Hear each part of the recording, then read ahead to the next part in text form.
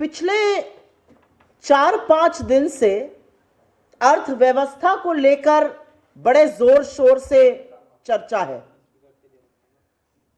सरकार सीना ठोक के कुछ बातें कह रही है, हमने भी कुछ बातें कही हैं, लेकिन असलियत यह है कि अर्थव्यवस्था पर दो मत हो ही नहीं सकते हैं, क्योंकि अर्थव्यवस्था को आंका आंकड़ों से जाता है और आंकड़े झूठ नहीं बोलते हैं। तो सबसे पहले तो सरकार ने एक फर्जी व्हाइट पेपर लाने का काम किया, और यह कितनी बड़ी विडंबना है कि 10 साल सरकार में रहने के बाद मोदी जी के पास अपने कार्यकाल का रिपोर्ट कार्ड नहीं है। वो 10 साल पहले की सरकार के 10 साल के कार्यकाल का लेखा जोखा लेकर आए हैं। ये कितनी बड़ी विडंबना है, ये आप लोग खुद सोच सकते हैं। 10 साल सत्ता में रहने के बाद जब चुनाव के मुहाने पर आज सरकार खड़ी है, तो सरकार पिछली सरकार का लेखा जोखा दे रही है। अपना रिपोर्ट कार्ड दिखाने की ना हैसियत है ना हिम्मत है। और मैं कुछ भी कहने से पहले इस मंच से एक बात खुली चुनौती के रूप में कहती हूं, अपने बनाए हुए मानक पर, अपनी डेटा रीजिगिंग पर हमारे और अपने 10 वर्ष के आंकड़े एक साथ रख दीजिए, दूध का दूध और पानी का पानी हो जाएगा। जनता को निर्णय करने दीजिए, लेकिन ऐसा करने की ना हिम्मत है और ना हैसियत है सरकार में। लेकिन सबसे पहले मैं ये व्हाइट पेपर ऑफ लाइज जिसको हम बोल रहे हैं, और इसमें हम सरकार का काला कच्चा चिट्ठा भी अभी खोलेंगे, लेकिन ये जो सफेद पेपर लाया गया, ये जो व्हाइट पेपर लाया गया है, इसमें सबसे बड़ी समस्या क्या है? ऐसे बहुत सारे जुमले सरकार के प्रवक्ता, सरकार के बेलगाम मंत्री, कुछ मंडली चरण चुंबकों की बोलती रहती है, आईटी सेल बोलती रहती है। अगर ये व्हाइट पेपर जो सरकार लाई है भाजपा के द्वारा आया गया होता तो आप लोग भी इसको रद्दी के टोकरे में फेंकने का काम करते, लेकिन षड्यंत्र के तरीके से इसको मिनिस्ट्री ऑफ फाइनेंस की वैधता दी गई। और यह कितनी बड़ी विडंबना है कि सरकार जो कंटिन्यूटी में होती है, आपने मिनिस्ट्री ऑफ फाइनेंस के अफसरों से वो पाप कराया जो इंडियन ब्यूरोक्रेसी में पहले कभी नहीं हुआ है।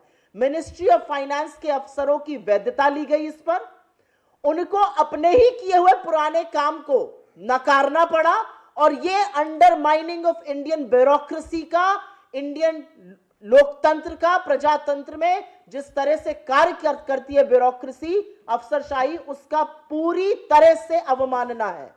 This really undermines India's bureaucracy because you are making officers of the Ministry of Finance repudiate and reject their own work.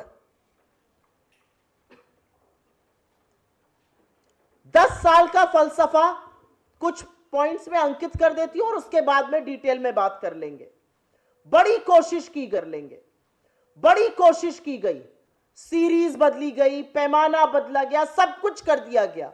उसके बावजूद, इस रीजिगिंग के, इस षड्यंत्र के बावजूद, पैमाना बदलने के बावजूद, यूपीए के 10 वर्ष में जीडीपी ग्रोथ इनके 10 वर्षों से कहीं अधिक थी।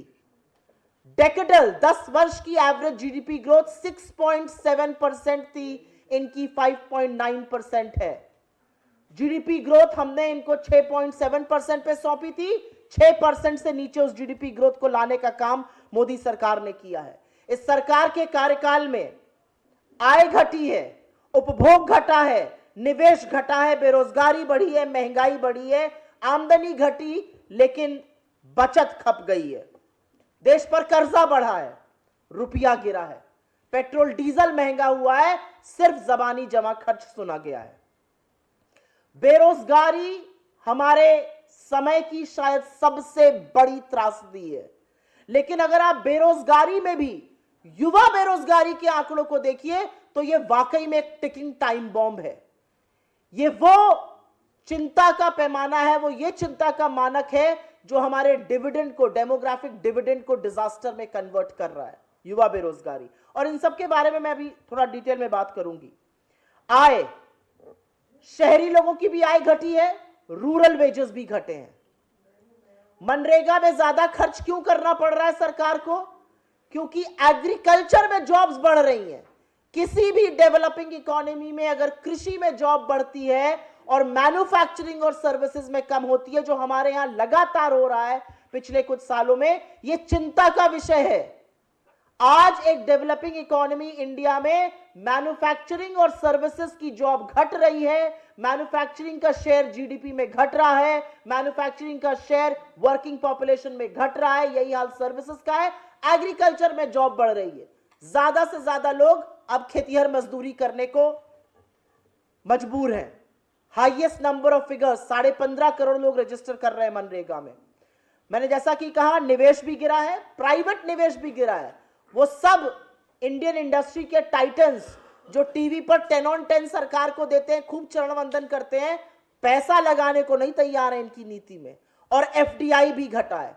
एफडीआई पे बड़ा सीना ठोका जाता था, 3 साल से निरंतर एफडीआई गिर रहा है। और FDI as a percentage of the GDP और FDI as a percentage of global FDI flow भी गिरा है। लगातार इस सरकार ने शिक्षा और स्वास्थ्य पे पैसा कम खर्चा किया है। और असलियत यह है कि सरकार अभी भी समस्या मानने को तैयार नहीं है।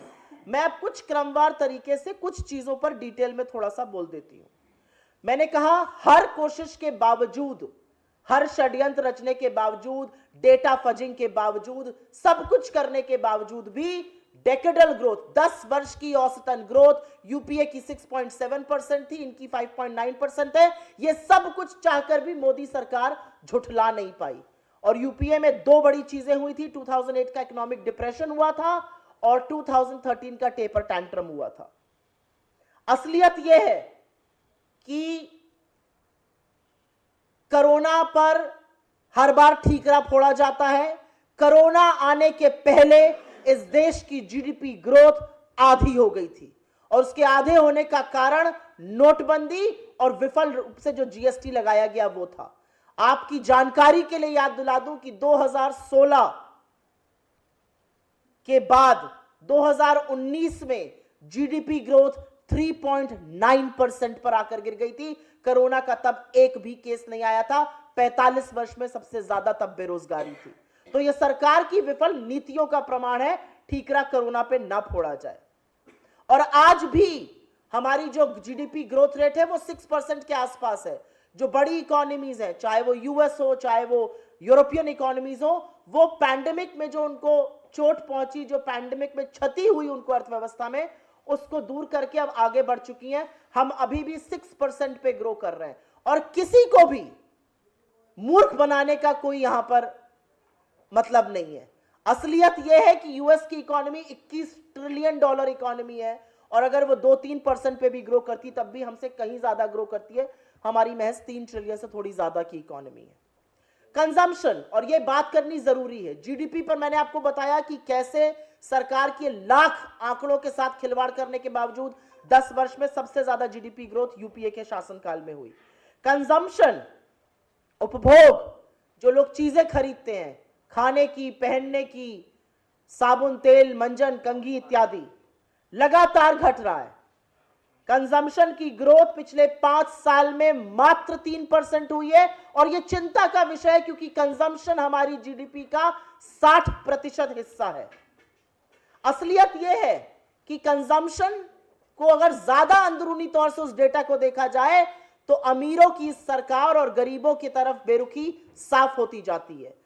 पैसेंजर व्हीकल सेल, 4 पहिया गाड़ी जो है वो एनुअल रेट 4.6% से बढ़ रही है, लेकिन 2 व्हीलर की जो सेल है वो मात्र 0.7% से बढ़ रही है।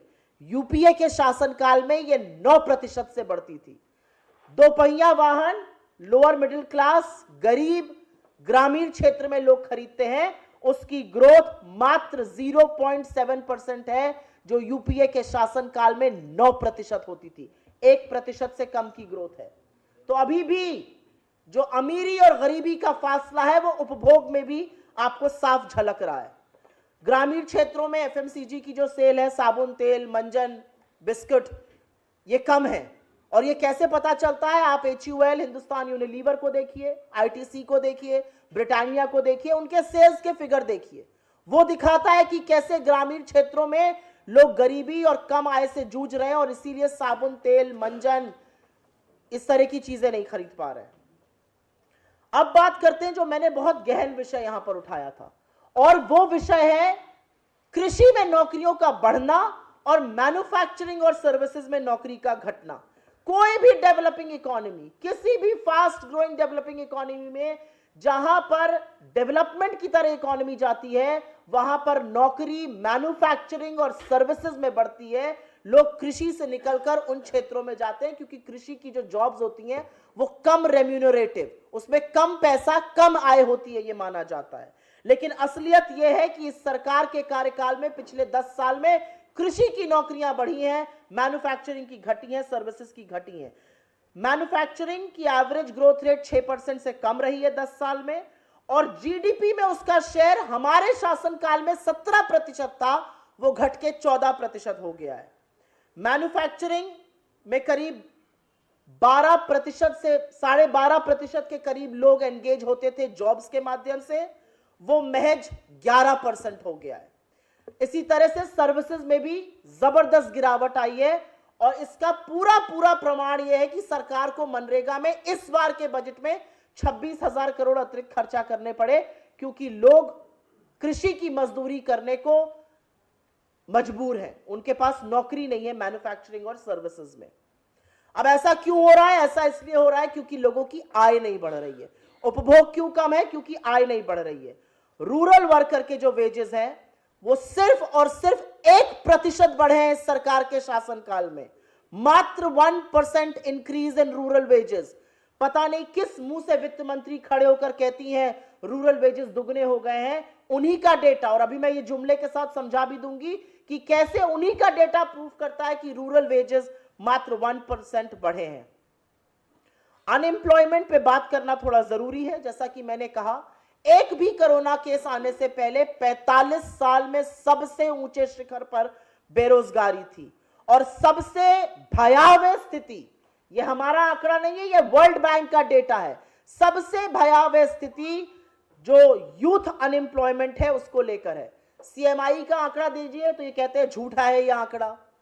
चलिए सीएमआई का आंकड़ा नहीं देते हैं। वर्ल्ड बैंक का आंकड़ा क्या कहता है? वर्ल्ड बैंक का आंकड़ा ये कहता है कि 2004 से 14 के बीच में यूथ अनएम्प्लॉयमेंट 17.8% पर था, और आज इस सरकार के 10 साल के शासनकाल में करीब 25% पर है।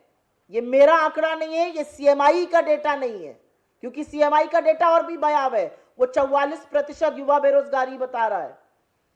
वर्ल्ड बैंक का आंकड़ा बताता है कि पिछले 10 साल में औसतन यूथ अनएम्प्लॉयमेंट 25% रहा है, जो कि कभी 17% होता था।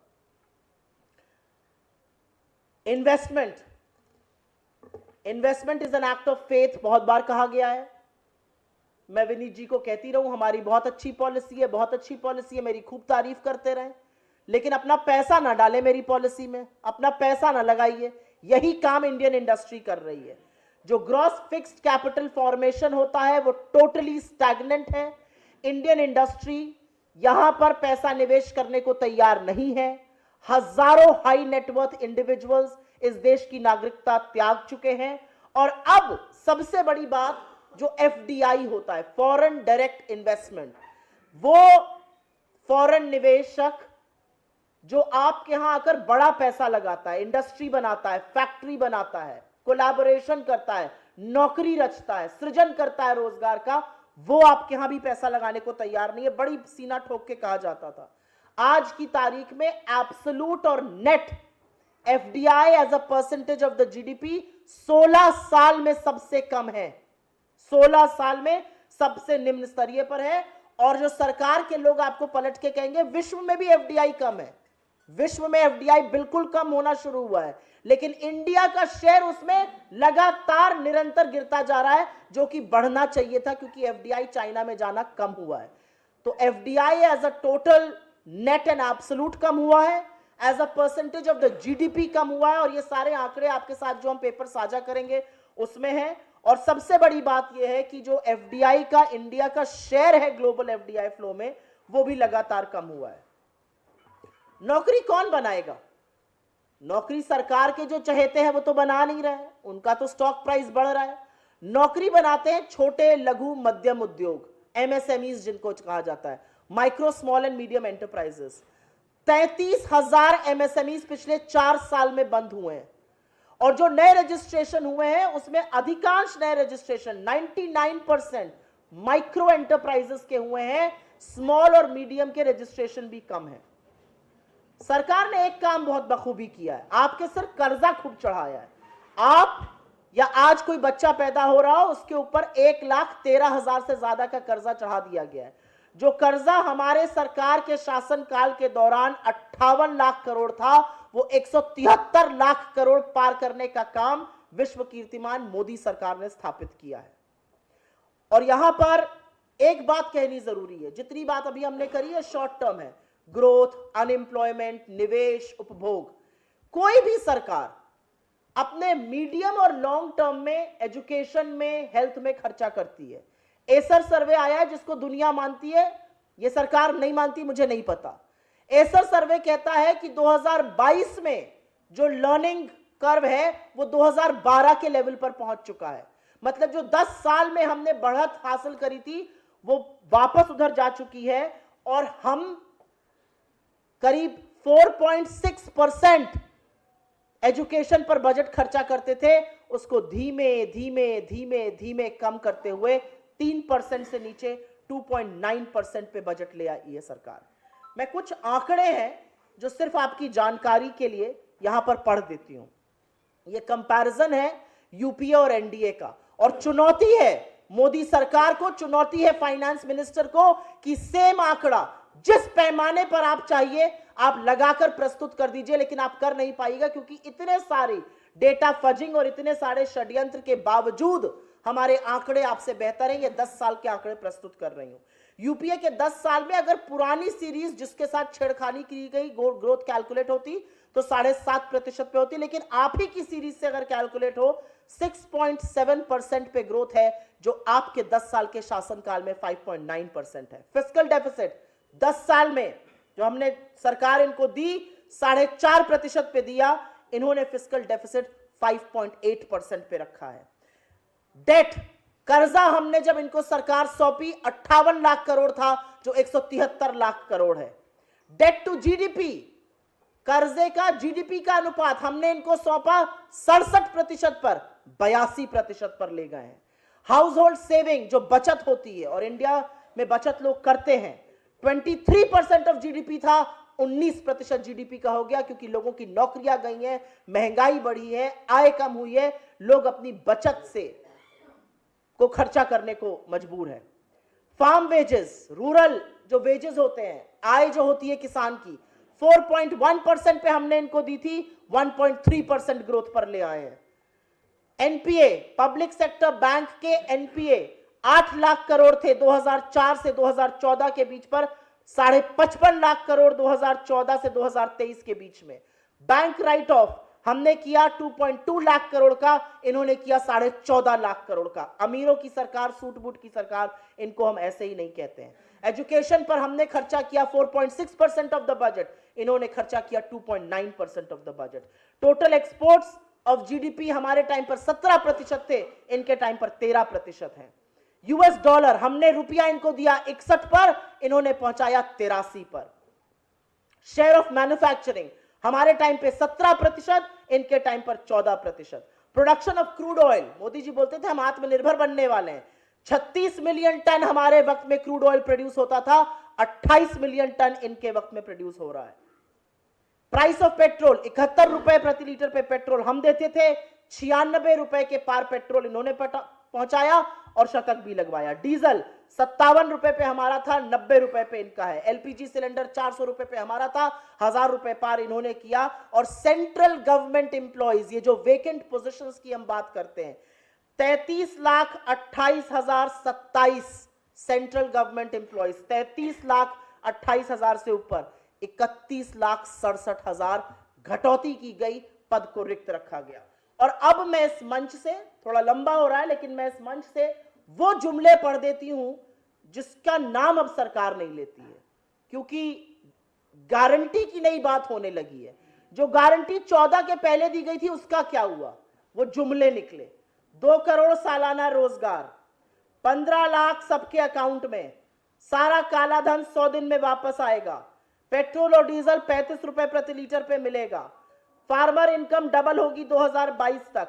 5 ट्रिलियन की इकोनॉमी बनेगी 2022 तक। हर सर पे छत होगी 2022 तक। 100 स्मार्ट सिटी बनेगी 2022 तक। इस गारंटी का क्या हुआ? क्योंकि ये गारंटी नहीं, ये जुमला था, और ऐसे ही जुमले लगातार बोले जा रहे हैं। आज सरकार कहती है बेरोजगारी है ही नहीं। आईटी कंपनीज ने 2,60,000 नौकरियां 2023 में घटा दी, क्योंकि निवेश और उपभोग दोनों नहीं हो रहा है। जुमला था 15 लाख बैंक अकाउंट में लाने का।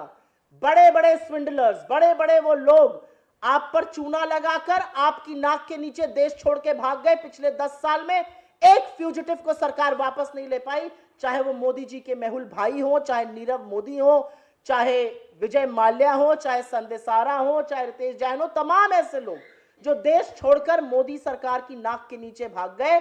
ये जुमला आता रहा कि 15 लाख अकाउंट में आएंगे, भगा उनको दिया गया, चपत आपकी लग रही है। फार्मर इनकम डबल करनी थी, 27 रुपए कमा रहा है आज का एवरेज फार्मर। 25 करोड़ लोगों को गरीबी से निकाला गया। दोनों सदनों में मैंने सुना बड़ी निर्लज्जता से प्रधानमंत्री और वित्त मंत्री इसकी बात कर रहे हैं। किसने इसकी पुष्टि की है? नीति आयोग ने, मानक बदलकर। क्या यूएनडीपी ने इसकी पुष्टि की है? क्या वर्ल्ड बैंक ने इसकी पुष्टि की है? क्या आईएमएफ ने इसकी पुष्टि की? और अगर यह सच है तो उपभोग क्यों कम है? अगर 25 करोड़ लोगों को गरीबी की सीमा रेखा से निकाला गया तो 80 करोड़ को फ्री का राशन क्यों देना पड़ रहा है? अगर 25 करोड़ को निकाला गया तो माल न्यूट्रिशन क्यों है? हम 111वां स्थान पर क्यों है भुखमरी के इंडेक्स में? ये बातें सरकार नहीं बताएगी। सरकार कहेगी हमने 11 करोड़ 80 लाख फार्मर्स को पीएम किसान सम्मान दिया। असलियत यह है कि उनकी संख्या घटकर 8 करोड़ हो गई। और एक असलियत यह भी है कि किसान से आपने जीएसटी लगाया, उसकी खाद पर, उसकी दवाई पर, उसके कृषि के उपक्रम पर, डीजल उसको महंगा दिया। 28 लाख करोड़ की वसूली आपने सिर्फ किसान से करी। और अंत में मैं सिर्फ इतना कहना चाहती हूं, बड़ी बड़ी बातें, आईआईटीज बनाए, एम्स बनाए, ट्रिपल आईटीज बनाए। वेकेंट पोजीशन आईआईटीज में 9,600 के ऊपर है, ट्रिपल आईटीज में 1,000 के ऊपर है, सेंट्रल यूनिवर्सिटीज में 22,000 के ऊपर है। पीएम मुद्रा से बहुत पैसा दिया गया। असलियत यह है एवरेज लोन साइज 25,000 का था। 25,000 आप में से जिसको चाहिए उसको देते हैं। एक धंधा शुरू कर एक बिजनेस शुरू करके दिखाइए, कोई नहीं कर सकता है। और अंत में जिस जीएसटी के नाम पे बहुत कूदफांद हुई, 50% इस देश की सबसे गरीब आबादी 64% जीएसटी अदा कर रही है और सरकार वसूली करके अपनी पीठ ठोक रही है। जिस इन्फ्लेशन के नाम पर बड़े बड़े दावे किए जाते थे, बहुत हुई महंगाई की मार, असलियत यह है कि फूड इन्फ्लेशन 9% के आसपास लगातार बना हुआ है। और एक साल भी पिछले 5 वर्षों में जो इन्फ्लेशन का लेवल है 4%, वो अचीव नहीं हुआ है। लगातार 6% के आसपास इन्फ्लेशन रहा है। मुझे ऐसा लगता है कि काफी डिटेल में मैंने इस पर बात करी है, क्योंकि ये कच्चा चिट्ठा सरकार का खोलना जरूरी था। खोलना इसलिए जरूरी था क्योंकि सरकार अगर अपने ही दिए हुए मानकों से, अपने ही दिए हुए आंकड़ों से कंपैरिजन करे तो वो पाएगी कि हर मोर्चे पर अर्थव्यवस्था के सरकार पूरी तरह से विफल है। चाहे वो निवेश हो, उपभोग हो, ग्रोथ हो, बेरोजगारी हो, महंगाई हो, कर्ज हो, रुपया हो, पेट्रोल डीजल की कीमतें हो, ऐसा कोई भी मानक नहीं है जिसमें इस सरकार ने, मोदी सरकार ने यूपीए से बेटर परफॉर्म किया हो। तो झूठ बोलना एक कला है, लेकिन आंकड़ों के साथ खिलवाड़ नहीं किया जा सकता है। और ये सरकारी आंकड़े हैं, मैंने एक भी आंकड़ा अपना नहीं कोट किया है, एक भी प्राइवेट आंकड़ा नहीं कोट किया है। ये सारे सरकारी आंकड़े हैं, ये बजट के आंकड़े हैं, ये इंटरनेशनल एजेंसीज के आंकड़े हैं।